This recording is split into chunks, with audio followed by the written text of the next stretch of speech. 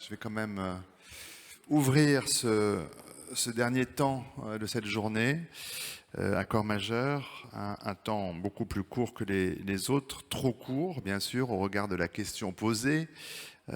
Quelle politique culturelle inventer dans des sociétés qui font face aux défis écologiques et sociaux? Comment agir à chaque niveau, européen, national, local, dans le désordre? Pour y répondre sur ce plateau avec moi, j'ai la joie d'accueillir Anne Missler, qui est adjointe à la maire en charge des arts et de la culture à la mairie de Strasbourg, Olivier Lerude, haut fonctionnaire au développement durable au ministère de la Culture, et nous aurons par vidéo, car hélas elle n'a pas pu se joindre à nous finalement, Salima Yenbou, qui est députée au Parlement européen, mais qui a répondu à quelques questions dont nous découvrirons les réponses en deux temps par le biais d'une vidéo qu'elle a enregistrée ces tout derniers jours. Et on va être plus simple, et c'est peut-être du coup pour répondre à l'impératif horaire avec une même série de questions, mais justement au niveau auquel travaille chacune et chacun de vous. Anne Missler, je l'ai dit, vous êtes adjointe à la maire de Strasbourg en charge des arts et de la culture, mais aussi de la politique mémorielle, dans une ville où la place de la culture est très importante depuis de très longues années. Vous avez été précédemment chargé de la fusion des trois DRAC dans la nouvelle DRAC Grand Est, hein, ça c'est le redécoupage des régions, on ne va pas faire le débat là-dessus. Vous avez été la directrice de ce DRAC Grand Est et puis vous êtes engagée au sein de la liste écologiste et citoyenne sur les questions de culture. Donc on part directement et plusieurs intervenants ici dans la salle ont rappelé l'importance première de l'échelon local dans les questions dont nous débattons ce jour. Et vous demandez, de but en blanc, comme ça on ouvre directement, quelle place la transition écologique occupe-t-elle dans la politique de la ville de Strasbourg? On s'intéressera aux questions plus précisément culturelles. Dans un instant, le micro n'était pas loin, il est là. Voilà, première très vaste question. Et merci encore d'être là. Vous avez galopé pour être avec nous cet après-midi. Je vous en prie. C'est une vaste question, mais en fait, c'est le programme même de la vie politique de cette municipalité. Donc, la culture s'inscrit dans cet objectif-là, puisque en gros, on a défini ce qu'on appelle nos trois piliers, à savoir la transition écologique, la question sociale et la question démocratique. Donc la participation citoyenne. Voilà. Et juste pour préciser sur la question sociale, indiquer ce que en général les gens ne savent pas, parce qu'on a l'impression que Strasbourg est une ville très prospère, ce qui est vrai, mais 25% de sa population est en dessous du seuil de pauvreté. Donc il y a de quoi faire sur ces questions de transition et notamment par le biais de la culture, qui du coup traverse l'ensemble des politiques. Enfin, c'est ce qu'on souhaite effectivement pouvoir rendre, disons, efficace et opérationnel. Ce qui veut dire qu'en tant qu'adjointe à la culture, vous avez des rapports obligés et privilégiés avec vos collègues délégués aux questions économiques, aux questions sociales, aux questions de santé. Absolument. On a constitué en fait un pôle culture dans lequel que je pilote et que je coordonne et dans lequel les adjoints ou les conseillers délégués qui, à un moment donné, peuvent être concernés par un sujet culture, nous échangeons ensemble sur les sujets, de façon effectivement à veiller à la transversalité entre nous tous et de nous inscrire effectivement dans la politique globale que souhaite développer cette municipalité. Et un mot peut-être de la façon dont la ville de Strasbourg a réagi face à la crise sanitaire, puisque c'était évidemment votre première année de mandat. Je pense qu'on a fait comme beaucoup d'autres municipalités, on a beaucoup échangé entre élus sur ces questions-là. On a mis en place d'abord très vite un fonds de soutien. Ensuite, on a passé des commandes à des artistes. On a, en fonction aussi de l'avancée et du recul des perspectives ou de l'absence de perspectives, on a mis en place des soutiens aux artistes indépendants. On a évidemment engagé toutes nos subventions dans le cadre des conventions d'objectifs et de moyens, dans toutes les institutions culturelles, on a engagé l'ensemble des crédits et par ailleurs, on a adapté un certain nombre d'actions en direction des libraires, par exemple, en direction... on a aidé, puisque vous savez qu'à Strasbourg, on a un marché de Noël, enfin, qui est problématique aussi, mais dans cette période-là, on a voulu faire toute une série de captations de qualité faites par des professionnels de tout un ensemble de formations musicales de façon à ce qu'elles puissent être diffusées avec quand même un fonds de qualité professionnelle. Et puis on a réenclenché un nouveau fonds de soutien quand la crise a décidé de ne pas s'arrêter. On a fait toute une élaboration d'une programmation artistique et culturelle pour l'ensemble de l'été, ce qui permet qu'avec un fonds dédié, disons, ça va permettre à 550 artistes de pouvoir travailler sur l'été et dans, disons, 175-180 espaces dans la ville. Voilà, soit dans l'espace urbain proprement parlé, soit dans les parcs et jardins. Alors, une question, alors peut-être un peu personnelle, j'aurais pu commencer par celle-ci, Anne Missler. Qu'est-ce qui vous a fait passer du travail pour l'État, des directions régionales des affaires culturelles, à l'engagement politique écologiste? Bon, alors d'abord, je crois que j'ai été écologiste et militante depuis ma prime jeunesse, sans avoir jamais été encartée. Voilà. J'ai adoré mon métier dans les directions régionales des affaires culturelles. J'ai vraiment aimé beaucoup cela. Je me suis retrouvée un peu dans un état second quand la retraite a marqué son couperet. Et il se trouve qu'à ce moment-là, la campagne pour les municipales a commencé et que des échanges avec notre tête de liste aujourd'hui, maire de Strasbourg, et avec d'autres qui sont devenus des élus. Effectivement, on a échangé sur la culture. Et puis finalement, je me suis dit, après tout, pourquoi pas? Ça peut avoir du sens de porter la question des arts et de la culture dans cette nouvelle municipalité qui a quand même pour objectif de transformer. Donc je me suis dit que Strasbourg étant une grande ville de culture, où le réseau institutionnel est extrêmement important, je me suis dit que je pouvais peut-être apporter quelques éléments à la réflexion globale. Alors peut-être de cette réflexion aussi, sans doute été nourrie de votre expérience, comme votre train a eu du retard en plus, oui. Vous n'avez pas pu assister au débat précédent, mais c'est vrai qu'on a évoqué plusieurs fois l'importance de cette journée aujourd'hui, et puis le fait qu'elle aurait, c'est Bernard Faucroul qui disait ça de façon un peu forte, et ça nous a secoué ce matin, et cette journée aurait dû se dérouler il y a 30 ans, et que le monde de la culture n'est pas plus que les autres très en avance, même si ça et là, et on a vu, il y a évidemment de multiples acteurs du monde culturel, artistes ou patrons d'institutions, de lieux petits et grands qui sont sensibles à cette cause et à cette urgence-là. Est-ce que vous avez, vous, senti que dans le monde culturel tel que vous l'avez pratiqué, il y avait vraiment des choses importantes à faire du point de vue de la transition? Absolument.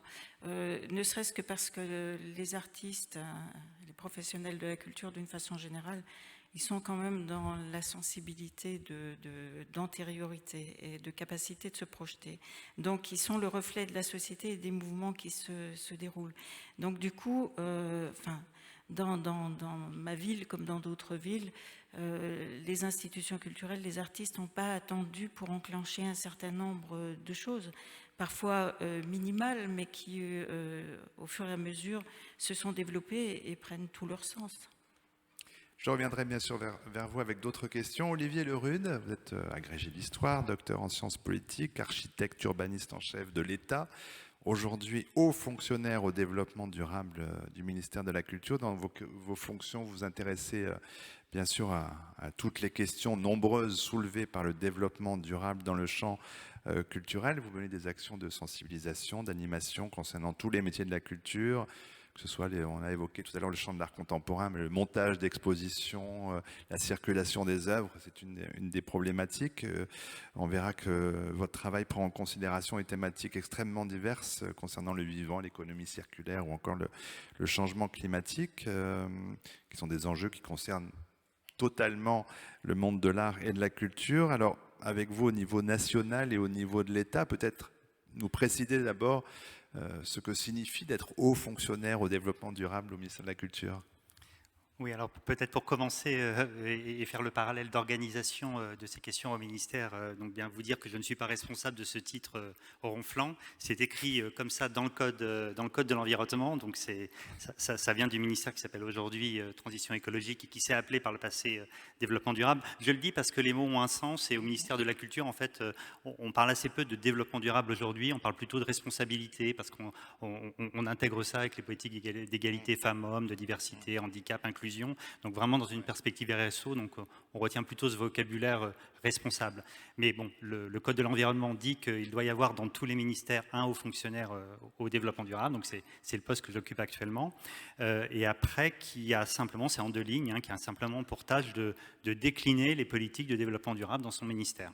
Et c'est pas plus précis. Alors chaque ministère après en fait ce qu'il veut. Dans la plupart des ministères, c'est avoir des achats raisonnablement responsables, correctement isoler ses bâtiments. Alors c'est ce que nous faisons au ministère de la Culture. On s'occupe de ça. Il y a une petite mission développement durable. Alors je le dis petite parce que parce que je suis le seul à être en temps plein, effectif, constant, mais j'ai régulièrement soit des stagiaires en apprentissage ou des chargés de mission. Sur un moment, on essaye un peu évidemment de gonfler le volume de l'effectif. Et l'idée, c'est de travailler avec tous les services déjà pour que le ministère, mais ça veut dire aussi les DRAC dont on a parlé, les services déconcentrés, les services à compétence nationale, les établissements publics, enfin tout notre périmètre sur lequel on a directement la main. Alors ne soit pas exemplaire, rassurez-vous, nous ne le sommes pas, mais en tout cas tendent à l'être et s'améliorent et appliquent au mieux les législations. Je dirais que ça, c'est la première partie de l'action qu'on peut avoir.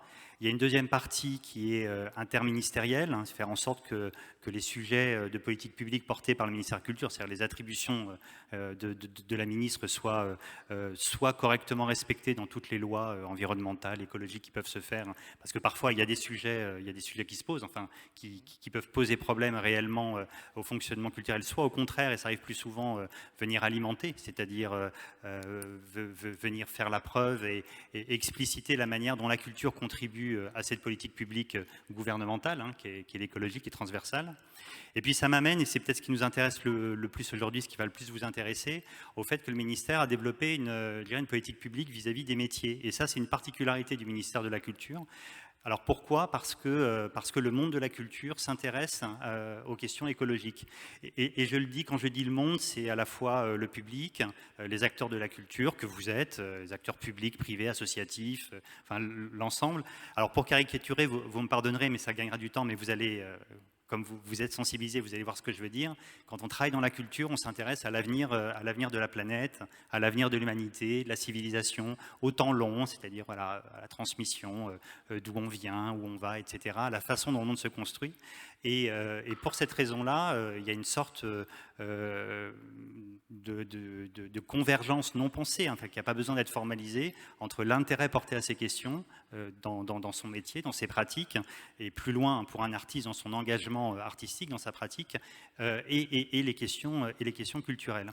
Donc tout ça fait qu'on s'est rendu compte qu'il était important, alors on l'a dit aujourd'hui, en fait, d'abord d'accompagner ce foisonnement d'initiatives. Moi qui ai la chance, et c'est assez passionnant dans mon métier, de voir l'ensemble des secteurs de la culture, parce que ça rend mes journées extrêmement diverses. Je ne suis pas du tout spécialiste de votre secteur à l'origine, vous l'avez entendu, mais en fait c'est le cas partout, c'est-à-dire dans la mode, dans le design, dans le cinéma, dans l'architecture, enfin dans toutes les politiques publiques qu'on porte, donc dans le spectacle vivant en général, la création plastique.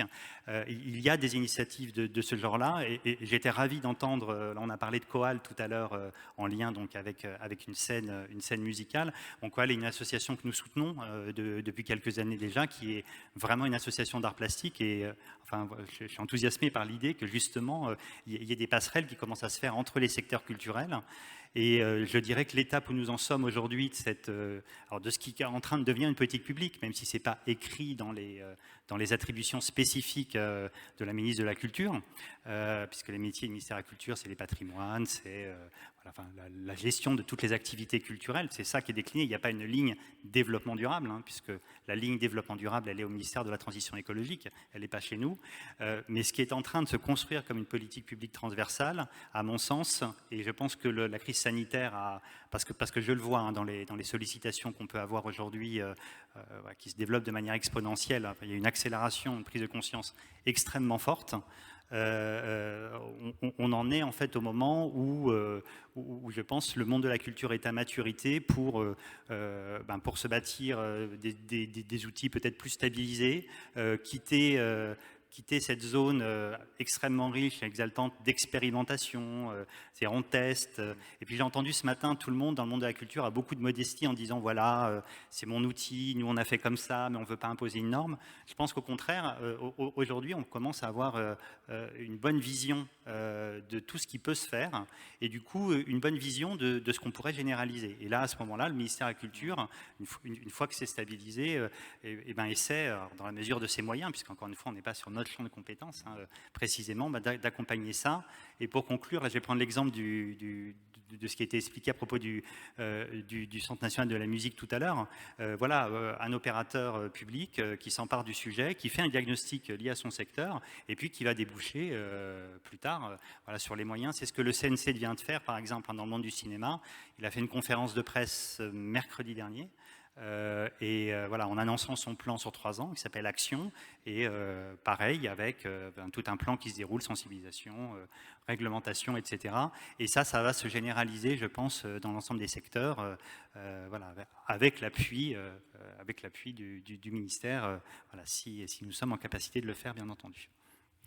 Merci, je reviendrai évidemment vers vous aussi dans un instant. Avant d'écouter Salima Yenbou, la première partie de cette vidéo qu'elle a enregistrée pour nous, dire qu'elle a d'abord été, elle, professeure, puis directrice d'école, proviseure adjointe d'un lycée, formatrice d'enseignants. Elle a été engagée très jeune dans le monde associatif. S'est impliquée en politique. Elle a été élue députée européenne en 2019 et son projet d'une Europe multiculturelle, écologique, accessible, ouverte sur le monde est en cohérence avec les 2 commissions dans lesquelles elle était impliquée, la commission des affaires étrangères et puis la sous-commission droits de l'homme de la commission culture et éducation. On regarde la première partie de l'intervention de Salima Yenbou. Bonjour à toutes et à tous. Je suis Salima Yenbou, députée européenne, membre et coordinatrice pour le groupe des Verts dans la commission culte et éducation. Tout d'abord, permettez-moi de remercier les organisateurs de ce bel événement pour l'invitation à y participer et de m'excuser pour n'avoir pas pu vous rejoindre en personne, car comme vous le savez peut-être, c'est une semaine de plénière au Parlement européen. Néanmoins, je tenais à intervenir même à distance et à apporter la perspective européenne à un sujet qui est très important pour mes collègues et moi-même.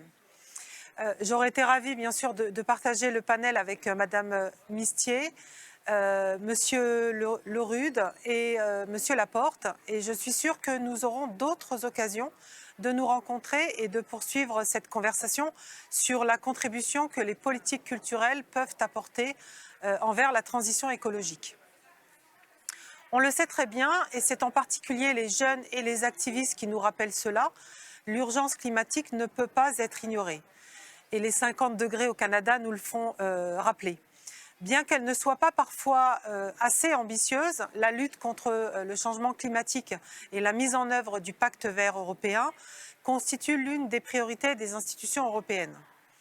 Les changements climatiques et les catastrophes naturelles violentes et plus fréquentes ont un impact sur tous les aspects de notre vie, sur nos économies, sur notre santé, la Covid-19 étant l'une des dernières tristes preuves, et aussi sur notre culture. Un récent rapport publié en novembre 2020 par l'UNESCO a identifié le changement climatique comme la plus grande menace pour les biens naturels du patrimoine mondial, ainsi que pour les monuments touchés par des conditions climatiques extrêmes. Il n'est même pas nécessaire de s'éloigner de chez nous pour s'en rendre compte. Regardez à Venise, qui risque d'être lentement submergée par la montée des eaux, tout comme le Mont-Saint-Michel ou la région parisienne, le long de la Seine notamment, en cas de pluie et d'inondations extrêmes. Sans compter les effets désastreux sur des communautés entières dans le monde qui disparaissent avec leurs précieux bagages culturels de tradition, de langue et d'art immatériel. Il est donc clair que le défi écologique ne peut être relevé que si nous adoptons une approche transversale, en intégrant les objectifs verts dans tous les domaines de notre travail politique, y compris dans les politiques culturelles. Plus encore, la culture, tout comme l'éducation, le volontariat ou le sport, toutes les politiques dont nous nous occupons au sein de la commission culture jouent un rôle fondamental dans la transition verte, car elles contribuent à la transition verte par leur substance et leur portée. Ces différentes activités rassemblent les personnes de façon interculturelle et intergénérationnelle et favorisent la sensibilisation, l'apprentissage, la communication et le partage des connaissances et des bonnes pratiques. Elles créent aussi des expériences partagées qui favorisent la compréhension de ces défis et encouragent la recherche de solutions innovantes, créatives et durables. Elles ont donc le potentiel de favoriser une pensée respectueuse, non seulement des autres, mais aussi de l'environnement et du climat, construisant ainsi une société basée sur la compréhension et le respect mutuel. Un très bel exemple de la manière dont les arts peuvent communiquer l'urgence climatique qui me vient à l'esprit est le récent festival de courts-métrages, et en particulier le défi 48 heures très court, organisé par le Très Court International Film Festival. Ce défi 48 heures très court environnement est un challenge audiovisuel qui incite à la création de très courts métrages de moins de 4 minutes sur des thématiques environnementales. Avec d'autres collègues verts du Parlement européen, j'ai eu l'honneur de faire partie du jury de cette année. Et j'ai été très impressionnée par la qualité des films qui nous ont été présentés et par la manière poignante dont ils ont illustré l'urgence climatique. Fin de la première séquence, il y aura une suite tout à l'heure, mais justement, puisque on en parlait à l'instant de la place des artistes, il y a la façon dont vous les aidez, et il y a il y a aussi ce que vous pouvez attendre d'elles et eux dans la constitution d'une politique municipale, nationale de transition écologique. Anne Missler, je reviens vers vous avec ces questions-là. Vous l'avez déjà évoqué, dans le cas de la crise sanitaire, la façon dont la ville soutient les acteurs du monde culturel, mais plus largement, il y a d'autres choses qui sont en cours, lancées, notamment concernant l'Opéra du Rhin, notamment les bibliothèques idéales. Ce sont des actions très concrètes de la ville. Vous pouvez en dire quelques mots ? Ça risque de prendre plus de temps que de quelques mots. Non, simplement, l'Opéra national du Rhin, qui est un syndicat intercommunal entre 3 villes, c'est déjà très original, entre Mulhouse, Colmar et Strasbourg. Mais à Strasbourg, l'Opéra national du Rhin est dans un bâtiment qui n'a plus l'avis positif de la commission de sécurité depuis 1997. Donc, nous nous sommes dit, avant même d'arriver, qu'on ne pouvait pas continuer à avoir cette situation et qu'il fallait que l'on prenne à bras-le-corps la question de l'opéra bâtiment à Strasbourg et qu'au cours du mandat, on puisse déboucher sur une vraie décision qui engage. Je ne vous cache pas que ce n'est pas le sujet le plus immédiatement attendu par une fraction de la population et notamment des électeurs de la liste écologiste et citoyenne. Pardon de dire juste ça comme ça. Parce qu'il y a quand même encore toujours une représentation que l'opéra, c'est pas pour nous, l'opéra, c'est élitiste, l'opéra, etc. Donc, on a commencé un travail on a mis en place une mission d'information et d'évaluation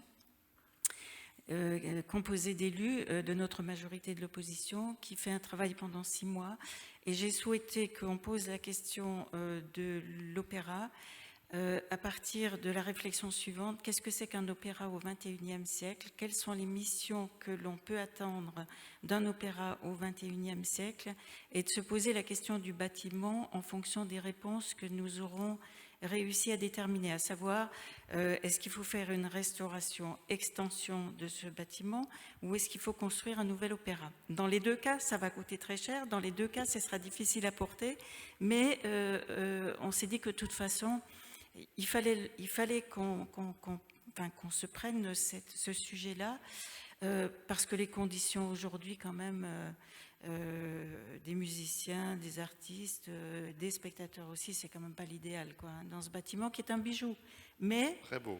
Et c'est la question qui rejoint aussi plus largement la question des bâtiments patrimoniaux qui sont des lieux de culture, soit qu'ils accueillent de la culture ou qu'ils sont des lieux, et qui, là pour le coup, sur la question de la transition écologique, pose de sacrés sujets.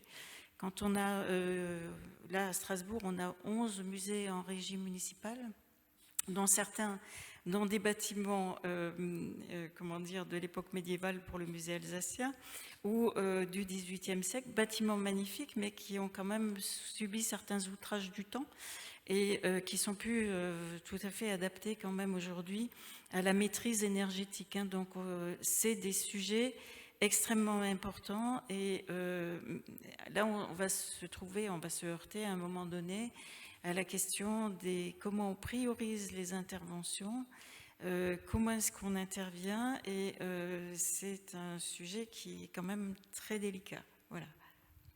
Vous l'avez fort bien résumé. J'évoquais les bibliothèques idéales, la question de formation, d'insertion des jeunes artistes, des lieux qui n'ont pas toujours des projets, et à l'inverse des projets qui n'ont pas toujours de lieu. Ce n'est pas éloigné de la question qui nous occupe. Hein. Tout cela vous faites le lien entre ces questions de transition écologique et ces questions liées à la vie et au travail des artistes. De quelle façon ? Alors, on a essayé. Alors, d'abord, on a, comme beaucoup d'élus et de collectivités, on a beaucoup rencontré de façon virtuelle l'ensemble des artistes et des acteurs culturels, des professionnels de la culture dans tous les domaines, et on les a rencontrés de façon très régulière.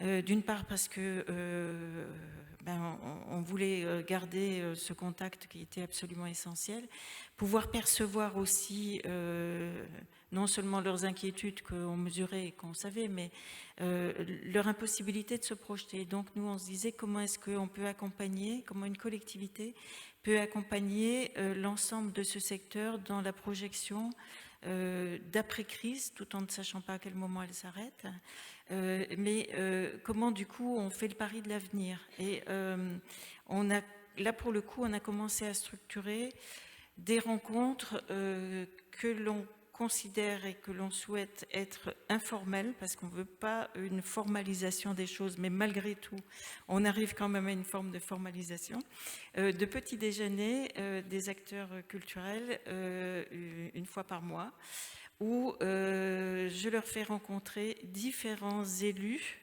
d'autres secteurs, l'adjoint aux finances, par exemple, l'adjoint à l'international ou aux affaires européennes. Strasbourg est une ville, là pour le coup, et la session parlementaire, elle se tient à Strasbourg depuis 1 an pour la première fois. Donc, oui. Bon.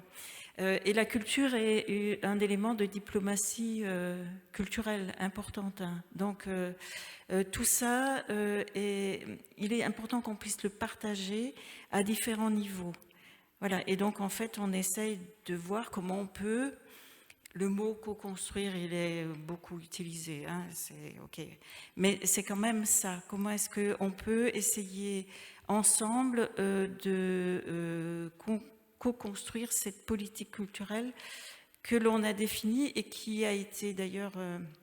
On a pris une délibération au conseil municipal en décembre, une délibération de politique artistique et culturelle pour le mandat. C'est-à-dire qu'on a bien défini un cadre Et on a réaffirmé, parce que c'est là qu'on nous attend souvent, que la culture, que la question de la création restait une des priorités et que le budget de la culture était conforté. Voilà, parce qu'on se rendait bien compte que, indépendamment de la crise, il était nécessaire de rassurer aussi l'ensemble du milieu culturel et artistique de notre ville, parce qu'il y a beaucoup de rumeurs qui circulent dans tous les sens, et vous les connaissez aussi bien que moi, les Verts et la culture, enfin, etc.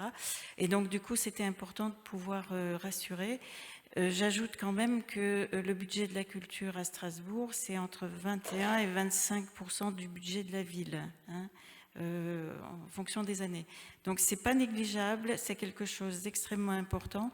Et du coup, la question de la co-construction avec les acteurs culturels dans leur diversité est extrêmement importante pour nous.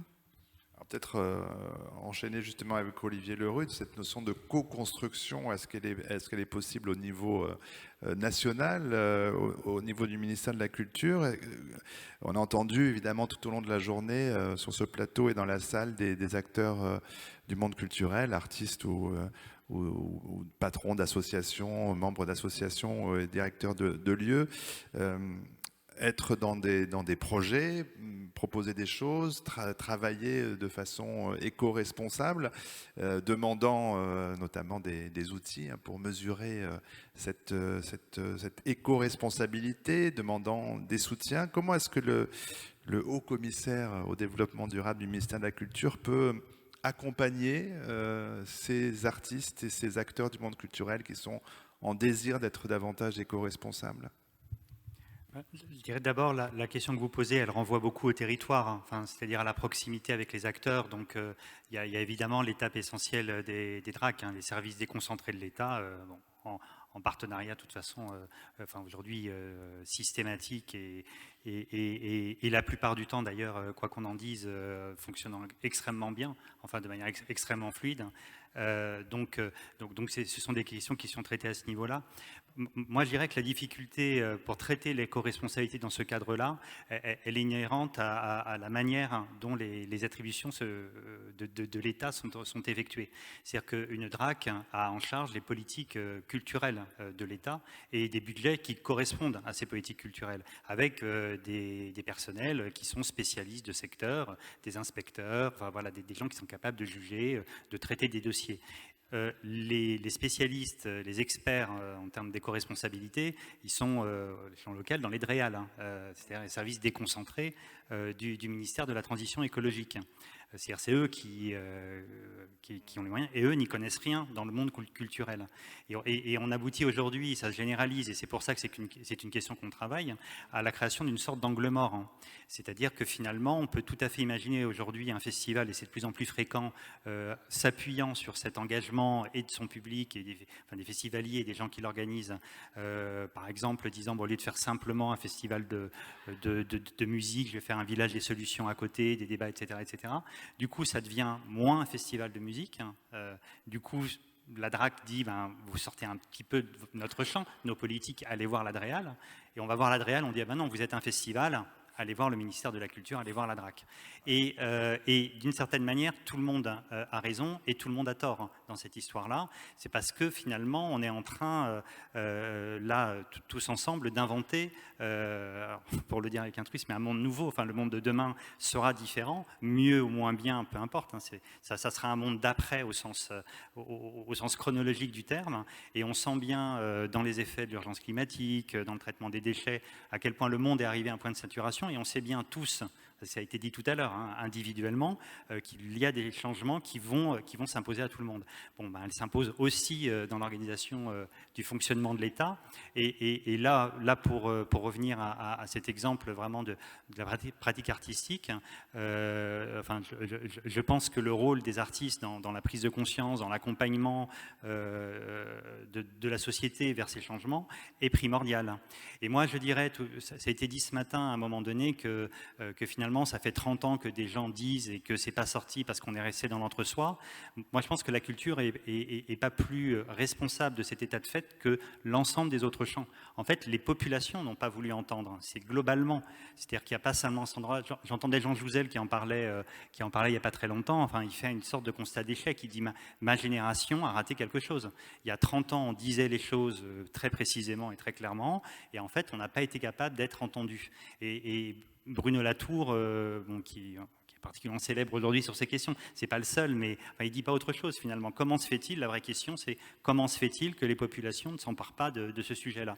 Donc moi je pense que le monde de la culture n'est pas plus responsable qu'aucun autre monde professionnel. De fait, il n'y a pas eu prise de conscience, mais en revanche, ce que je pense, c'est que s'il doit y avoir prise de conscience et changement, le monde de la culture a un rôle important à jouer, et de précurseur, et de pionnier, de sensibilisation, d'explication.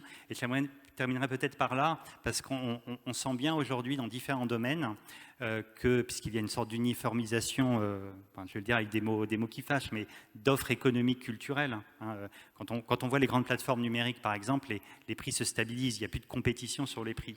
Et en revanche, ce qu'on sent, c'est qu'il y a une demande, alors dans les festivals c'est évident, une demande du public pour une activité culturelle responsable. Et ça peut faire la différence. C'est-à-dire finalement, vous allez voir un spectacle, vous allez le voir dans un endroit qui ne fait pas attention à sa climatisation, qui est mal géré, qui a du plastique, etc. Finalement, vous vous dites, non, en fait, ça m'intéresse moins que d'aller voir un spectacle, un autre, à côté, où l'équipe et tout le monde fait attention à la manière dont il a produit son spectacle. Et moi, en tant que citoyen aimant la culture et souhaitant avoir accès à la culture, eh bien, finalement, je m'y retrouve plus en allant dans cette direction-là. Et c'est pour ça que mon constat est à la fois très pessimiste et ça a été dit toute la journée, dans l'ensemble du chantier à mener sur ces questions-là, qui sont très importants, mais aussi assez optimiste, parce qu'on l'a dit aussi, c'est l'autre côté, enfin, c'est une autre manière de le dire, à quel point il y a un engagement du monde culturel, à quel point finalement il répond à la demande qui lui est faite. Et je pense que la demande ne lui a pas été faite finalement pendant très longtemps, et que c'est le public qui n'a pas souhaité entendre et aller vers cet endroit-là. Et pour prendre un exemple tout simple, c'est les scénographies d'exposition. Les énormes scénographies immersives avec beaucoup de vidéos, des cimaises très importantes refaites à chaque fois, etc., par exemple, c'est très français. Le monde anglo-saxon ne fait pas trop. Les grandes expositions dans le monde anglo-saxon, de grands peintres, on fait ça dans des galeries blanches, standardisées. S'il y a besoin de faire 3 vitrines, on les fait, mais ça s'arrêtera là, sinon on les met au mur. Alors qu'en France, parce que le public le demande, si vous demandez aux acteurs des expositions, pourquoi vous faites des expos aussi dispendieuses, parce que sinon ça ne crée pas l'événement et le public n'est pas en rendez-vous. Donc là, il y a quelque chose à jouer probablement, et c'est tout le rôle d'une politique publique, et puis d'engagement de tout un pays, de tout un continent, pour rebondir sur ce que disait Madame la députée européenne tout à l'heure.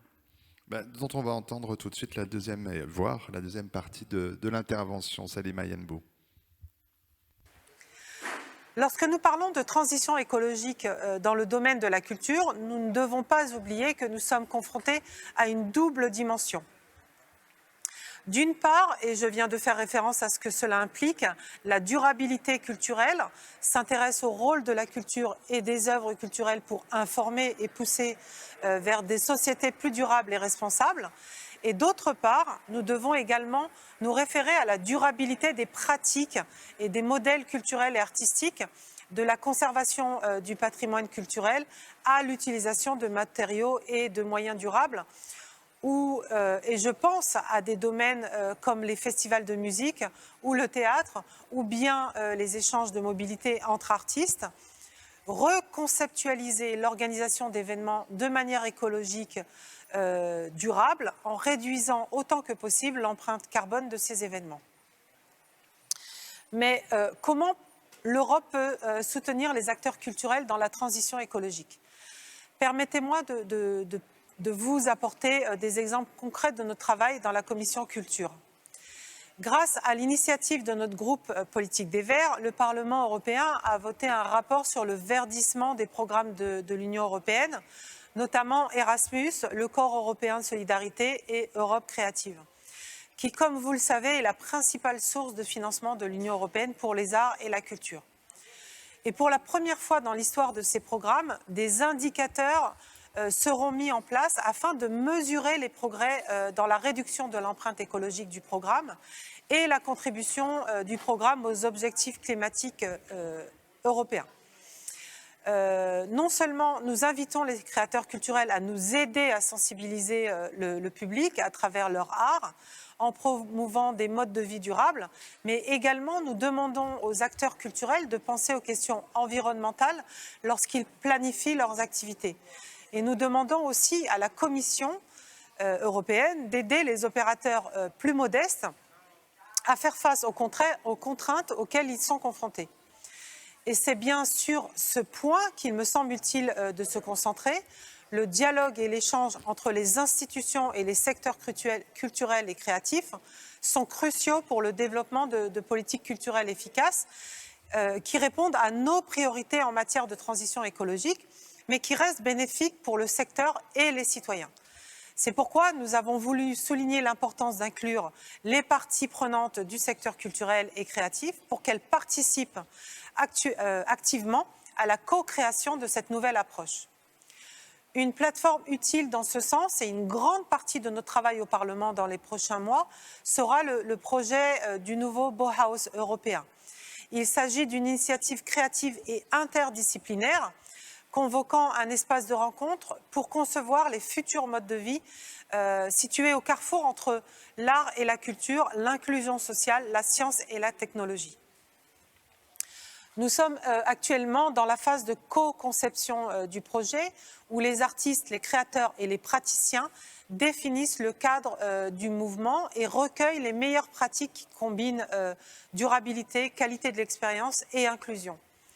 La phase d'exécution commencera bientôt lorsque d'autres projets pilotes seront mis en œuvre. Nous ne devons pas non plus oublier un autre incroyable avantage des arts et de la culture comme moyen de transmettre des messages, à savoir l'universalité de leur langage. Le changement climatique est une question transfrontalière, tout comme la culture. C'est une autre raison pour laquelle je me fais personnellement la promotrice de la diplomatie culturelle dans les relations extérieures de l'Union européenne en tant qu'outil important du soft power. La plupart des grands défis de notre époque, le changement climatique en premier lieu, ne peuvent être résolus que par la coopération entre les pays et les peuples. Pour y parvenir, une compréhension sincère et mutuelle est nécessaire. Les arts et la culture au sens large ont précisément ce pouvoir de rapprocher les gens et de favoriser cette compréhension. Quel meilleur moyen de diffuser des messages importants tels que la nécessité d'une transition écologiste et juste et de créer des solutions qui tiennent compte des besoins de ceux qui sont les plus touchés. Nous avons donc un certain suivi à de nombreux niveaux, depuis le local et le national, en passant par le niveau européen, bien sûr, jusqu'à l'international. Mais nous sommes sur la bonne voie. Je suis sûre que la discussion d'aujourd'hui ajoutera une nouvelle contribution et je ne manquerai pas d'apporter vos idées et vos contributions avec moi au Parlement européen pour continuer à défendre le rôle de la culture dans nos sociétés. Je vous remercie toutes et tous. Et moi, il me reste à remercier Anne Missler et Olivier Lerude d'avoir, grâce aussi à Salima Yenbou, pu évoquer ces 3 niveaux de responsabilité dans la question qui nous réunissait ce jour, et remercier évidemment toutes les intervenantes et intervenants des différents moments de discussion. Remercier aussi évidemment la direction, le personnel du conservatoire Darius Milhaud pour leur accueil, leur gentillesse, leur efficacité, comme chaque année, même si l'année dernière on n'était pas là. Et puis remercier notamment Mathieu Goudot, Cyril Pessanti, Gaël Le Dantec, Alexandra Bobèche, Clémence Quesnel, qui ont organisé avec précision et grande efficacité aussi cette journée d'accord majeur. Et la conclusion, je la laisse bien sûr à Philippe Fanjas, qui va vous dire quelques tout petits mots très pratiques, je crois. Merci, merci encore. Et un remerciement à ne pas oublier pour Arnaud Laporte. Merci à tous.